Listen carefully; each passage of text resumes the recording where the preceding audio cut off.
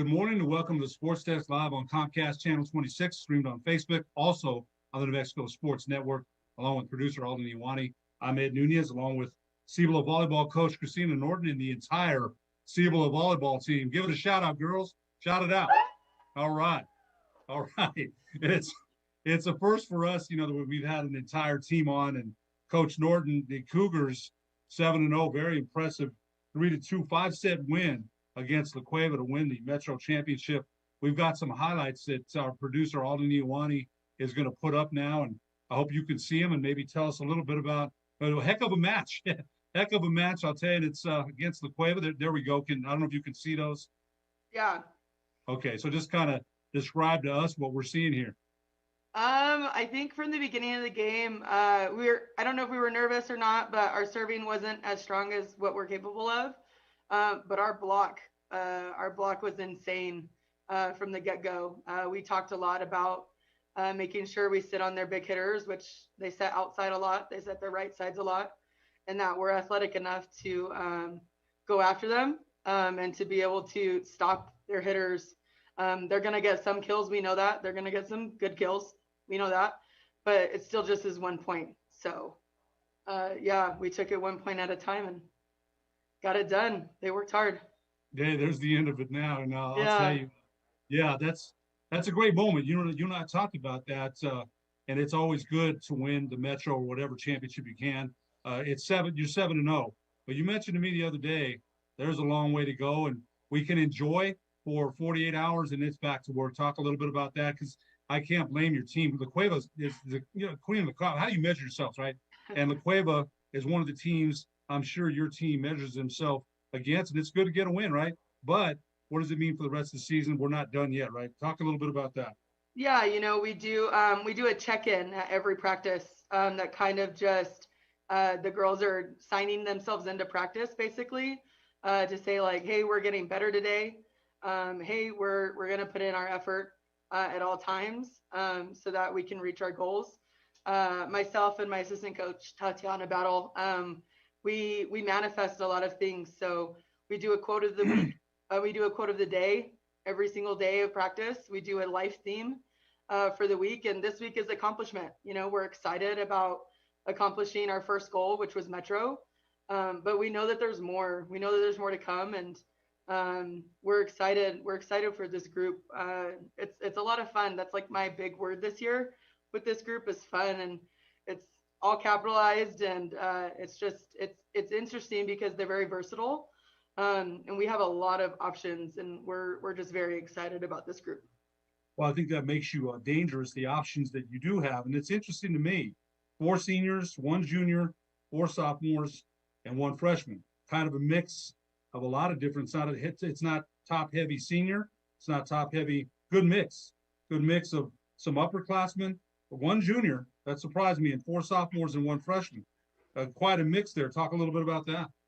Yeah, I mean, I think I only have 1 kid. I have 1 kid that's been with me on varsity in some form or fashion, and in all 4 years that I've been here.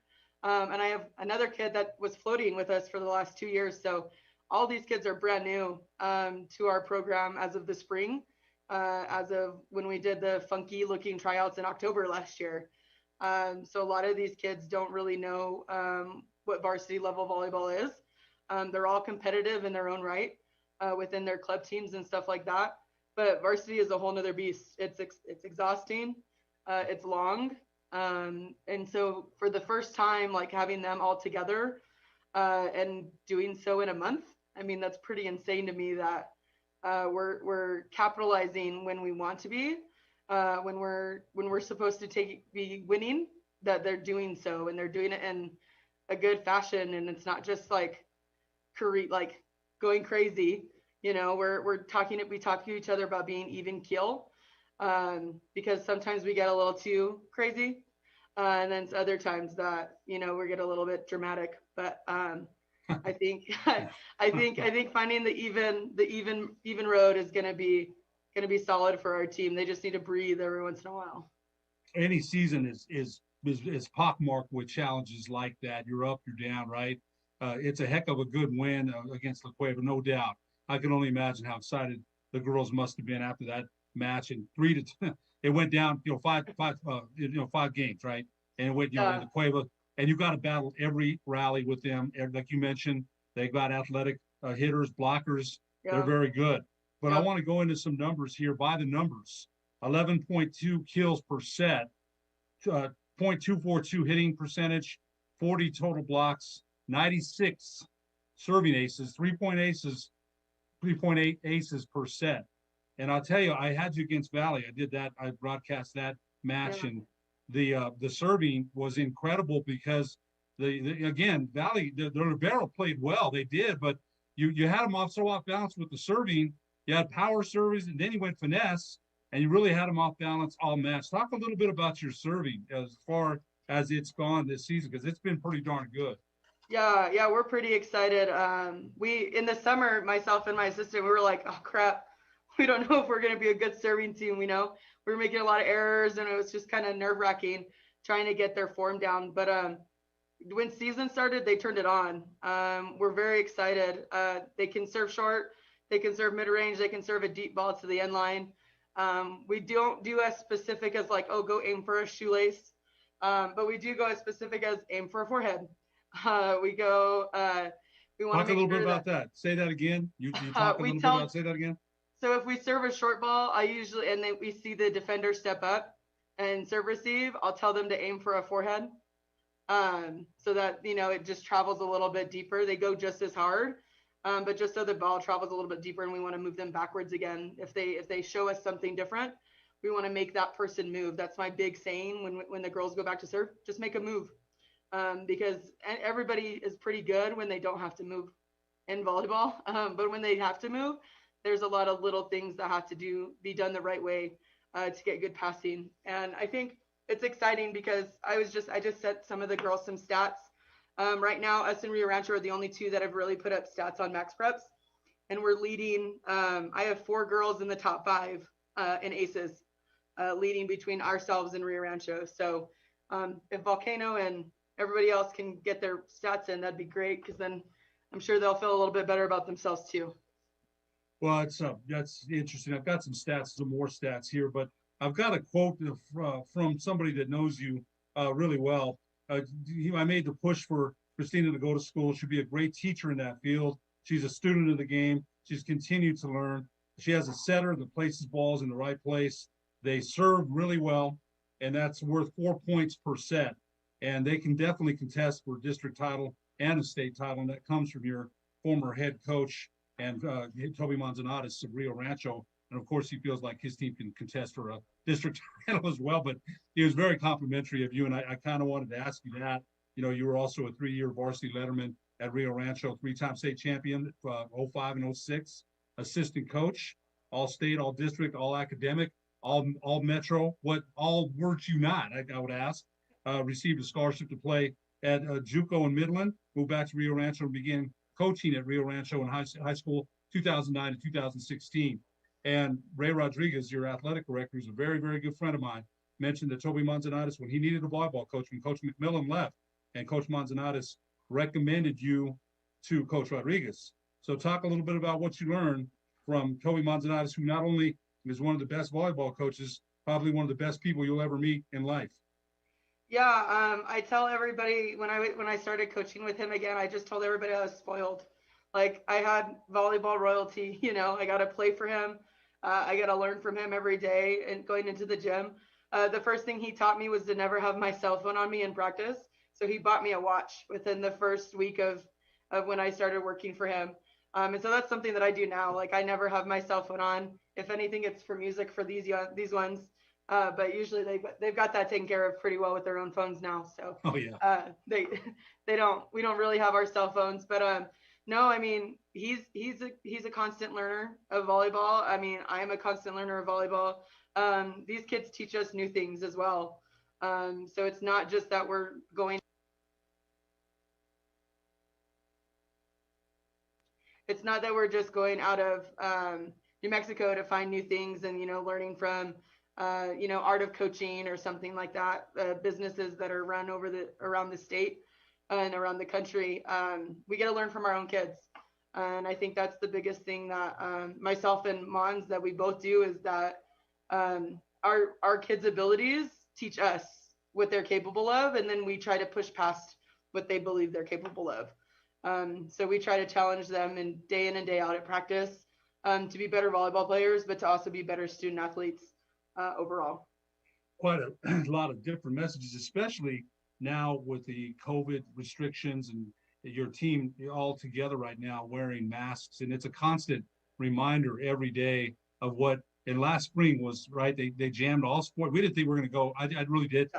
Then all of a sudden, I was like, we're not going to play. And then now they did, right? They jammed them all, March to June.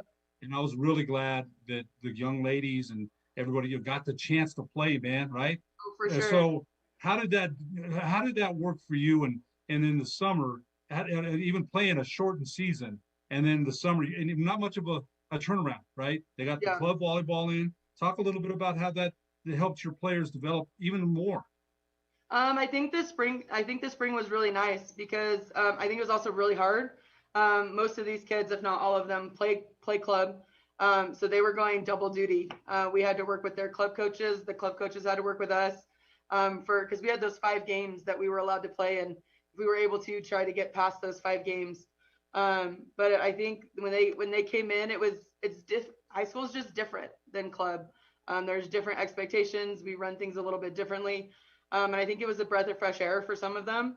And like for me, I do practices differently than other places. So I think getting them in the gym as early as we did before this season was nice. And it was kind of just like a precursor to what we could be capable of doing come summertime, come in August with maybe some different pieces.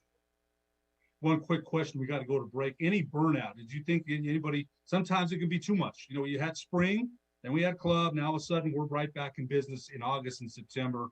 Did you see any kind of burnout at all? That can happen. That can sometimes, it's too much. I kick them out of the gym sometimes. So no, I mean, I think we were all concerned about that. We didn't know if we wanted to ease into practice or just go full fledged like right away. So we talked about that a lot. But I think these kids are just so athletic and they're just willing and able. We get them in the weight room right now. So we try to slow things down. We don't go hard practice after hard practice. We make sure that we're working on things that are good for them. We limit our jumping in our gym. And there's some drills that we do and they're not allowed to jump whatsoever. So there's just some things that we can take precautionary wise to help us stay healthy. Saving some reps for later on down the season. That's smart. I wouldn't have even thought of that. And of course, I don't coach volleyball. We'll be back on the sports desk after these messages. Give us a shout out, girls, before we leave. Give us a shout out. We'll be back on the sports desk after these messages on the sports desk.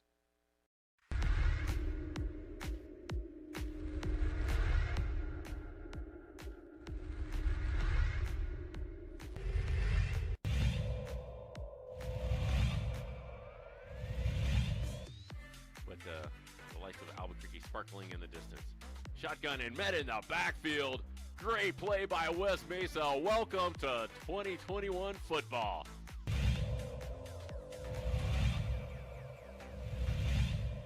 Jones goes all the way across, pops it up. Nice save.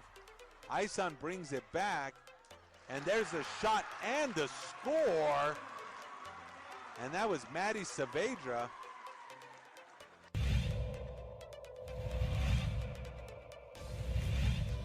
Coach Wallen's trying to figure out how to get this offense cruising. Lots of pressure going deep. He hit him. Nice play, and he gets slung down to the 1. See if they can come back with it. Gerardo floats out. He sees a receiver. He throws it up, and that's intercepted once again. And there's some blockers. A move is made, bounced inside, and it looks like he's going to go. One man to beat, and he's able to beat it and into the end zone. Mason Posa with the pick 6.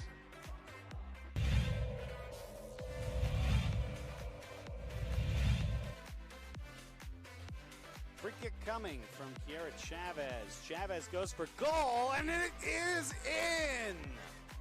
Off the glove of Alex Peralta, and the Sartans strike with a goal.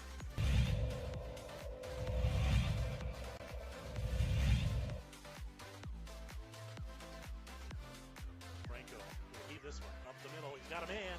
It is caught right at the middle. And he's loose, and he's in for the touchdown. Great catch Outstanding job by Shane Espera, and then he gets free for the touchdown.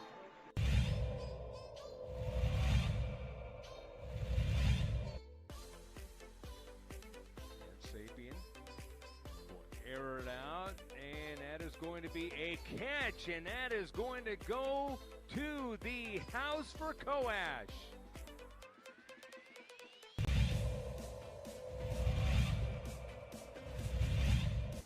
Here it goes, 35-yard line, 3rd down and 10 for the Valley Vikings. You can see the time, there's 38 up on the clock.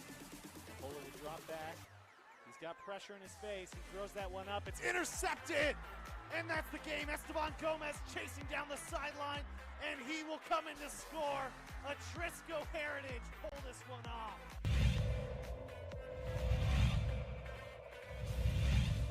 Yeah, definitely an important drive. I'm interested to see the halftime adjustments that El Dorado has made to come at this season. Lopez faked the reverse. Look Oh, out! and he's out There's of no there. one else to beat. Lopez. We talked about an important drive. They're not going to have a drive. It's a return touchdown for Nathan Lopez. He did everything but throw up the peace sign like Tyreek Hill there. He had the right number.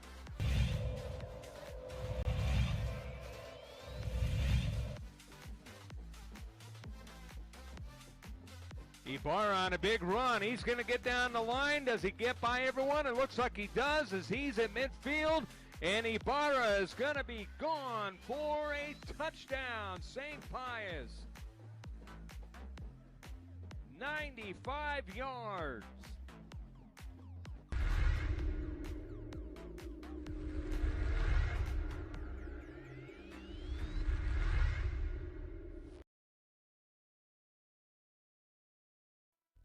I prefer to do stuff online. I can find things much quicker, do the research I need, and have it shipped or waiting for me to pick up.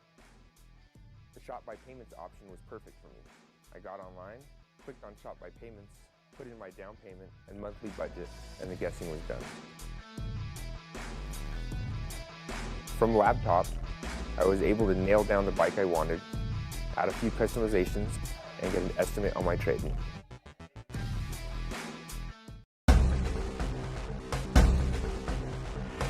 A burglary takes place in the United States approximately every 15 seconds. International Protective Service is your answer for commercial and residential security in all of Albuquerque. IPS will work with your monitoring company for fast, reliable response times. You can rest easy knowing you, your family, or your company is watched over by International Protective Service. Call International Protective Service today.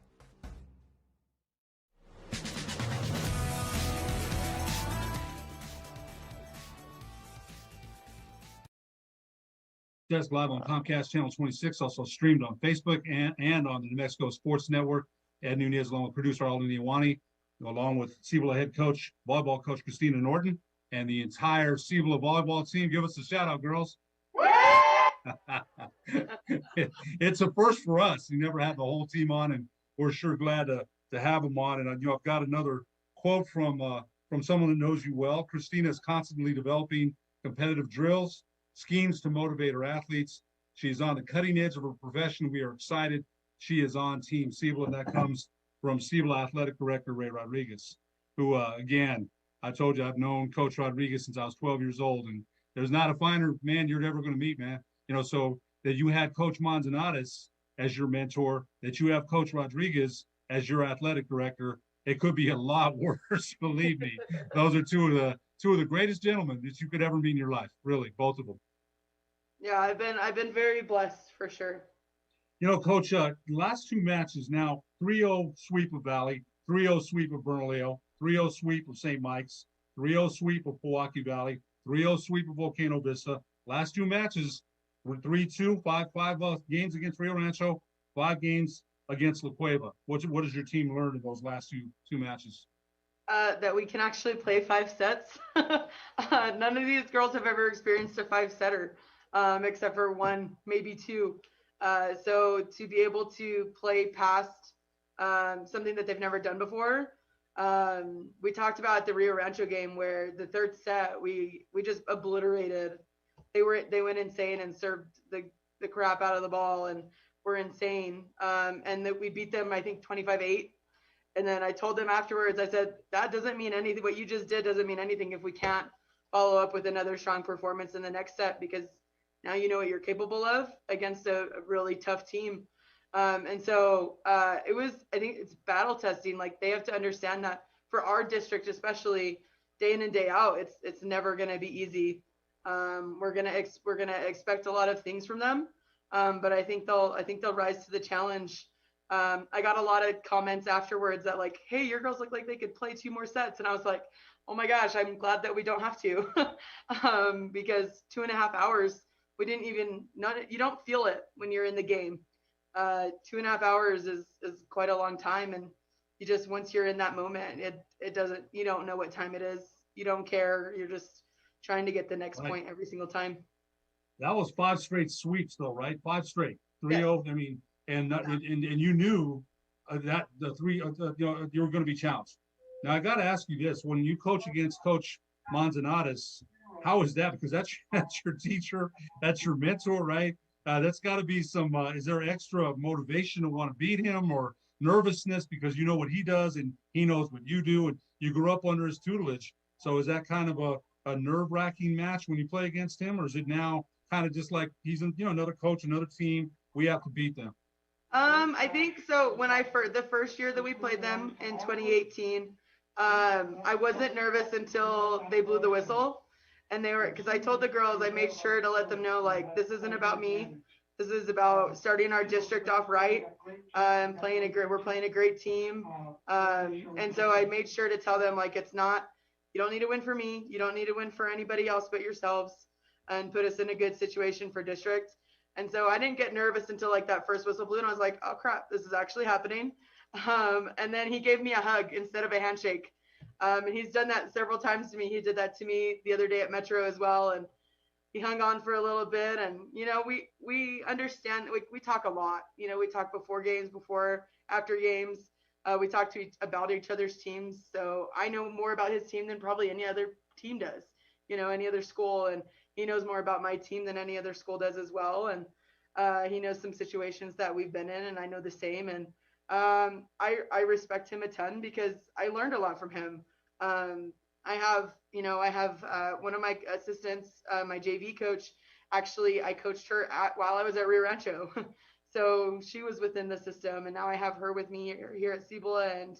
And I don't think there's nerves ever anymore. I mean, we're undefeated right now against Rio Rancho since I've been at Cibola. So that's, I think, nerve-wracking is to try to keep that streak going. But no, I mean, in the end, it's up to the girls, and it's up to them to play their level of volleyball and play Cibola volleyball as much as they can. And if it comes out with a W, then we're very happy. If it comes out with a loss, then we're going to work on it the next time. A couple other things I wanted to ask you about. Now, again, 7-0, and you're coming off a high. I've been around athletics before, and we've won big games and lost them.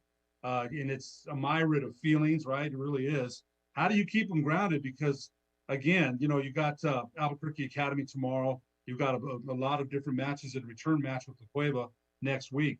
And it's one game at a time for every team. La Cueva might be circling and saying we got to get them back, but they've got games in front of them as well. So how do you keep your young team grounded, even though they are 7-0? You got to be feeling good about yourself, right? They do. But how do you keep your team grounded and say we still got a mission to accomplish, a mission to finish? Yeah, I think we have, like I said, we do a quote of the day before every practice. And I think that, and they talk about it. So one person chooses the quote, and then we all get to fill in and talk about it. I think that's something that they understand that's kind of important for our practices and for our mindset, is that we have our own opinion. And so whenever we do this quote, someone is like, all right, I chose it this way, but then someone could interpret it completely different. And so it's kind of nice that they share that with each other, that they're vulnerable in that aspect, that they're not afraid to share their opinion. And it's exciting because they think it through really well. And it's fun to see the type of quotes that they do choose, and then their response to it. But we're always talking about getting better every single time we step into the gym. And so we haven't played our best volleyball. You know, we had a ton of errors against La Cueva. I was telling them the other day, like, we almost had no business winning that match because of how many errors we had. So there's a lot of areas we can still improve on, which is scary for other teams, I think. Yeah, there's no question about it. You know, they've got a lot of different players with different kills. Janessa Leyva has 70 kills. Jennifer Lopez has 53. Abigail Carlson has 41. Janessa Leyva also has 18 assists. And, you know, I know that's important too. Abigail Carlson, 18 assists. So Kayla Fisher, Kayla, I'm sorry, what was that name? Kayla Eisen, 96 assists. Now, I want to go over your defense too, though. 40 total blocks, 352 digs, which to me, talk a little bit about your defense. I think, you know, again, you're 7-0, and offensively you're doing, you know, we mentioned the kills, but 40 total blocks and 352 digs is pretty darn good. Talk about your defense a little bit. Yeah, I mean, I think we set up our defense based on where we want our block to be. If it's not there, our defense is expected to try their best to get a ball up. We do things a certain way so we can make sure that our defense isn't left on an island. And I think our blockers, especially against the Cueva, they stepped up big time. I think they wanted it a little bit more as well because they know about the high flyers that they have. But we rose to the challenge. I think our defense is the best in the state. I will tell that to anybody in the country. I think we have, you know, in our state, and we have the best defense for 100%. You know, I have a sophomore libero that is insane. She's very exciting to watch. I get people talk about her all the time after a match, and it's exciting. You know, she's young, and we're happy to have her. And she leads our back row to really make sure that they're doing what they're supposed to do. But they trust her. Our girls all trust her to do her job, and that she'll be there for them as well.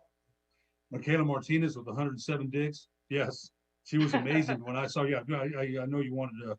I know we're trying not to. It's a team thing. I get it. You know, that's why I tried to mention as many team things as I could, because it's impressive, the statistics that Cibola has so far in this young season. Now, Coach, I want to ask you, we mentioned the season will be over November 5th, and it's going to be a quick month in October. So one quick thing, or tell us how the Cougars keep on this winning trek, because again, you've got some tough matches coming up. What do the Cougars have to do to keep the winning going? I think it's just, like I said, getting better every day, making that constant improvement. If they think they've reached their best, I'm going to tell them that they haven't. I think their need for constant gratification, you know, constant, they want to be rewarded, you know, for how hard they're working, and winning Metro, you know, now they saw some of the reward that you can get when you put the time in for practice and then you go into a game. And I think that continues. I think every time that we step into the gym, whether it's on our court or someone else's, it's a chance to get better. And so we have to make sure that we keep taking that as much as possible within each other, and they got each other's backs. We're very excited. This group is getting closer and closer every day. It's exciting to see the relationships being formed that I think that can last a while. Cibola head coach, volleyball coach Christina Norton, and the Cibola volleyball team. Give us a shout out before we leave. Thank you so much for being our guest. We sure appreciate it. We wish you luck against Albuquerque Academy tomorrow night. Thank you so much. You bet. For producer Alden Iwani, I'm Ed Nunez. We'll see you next week on the Sports Desk.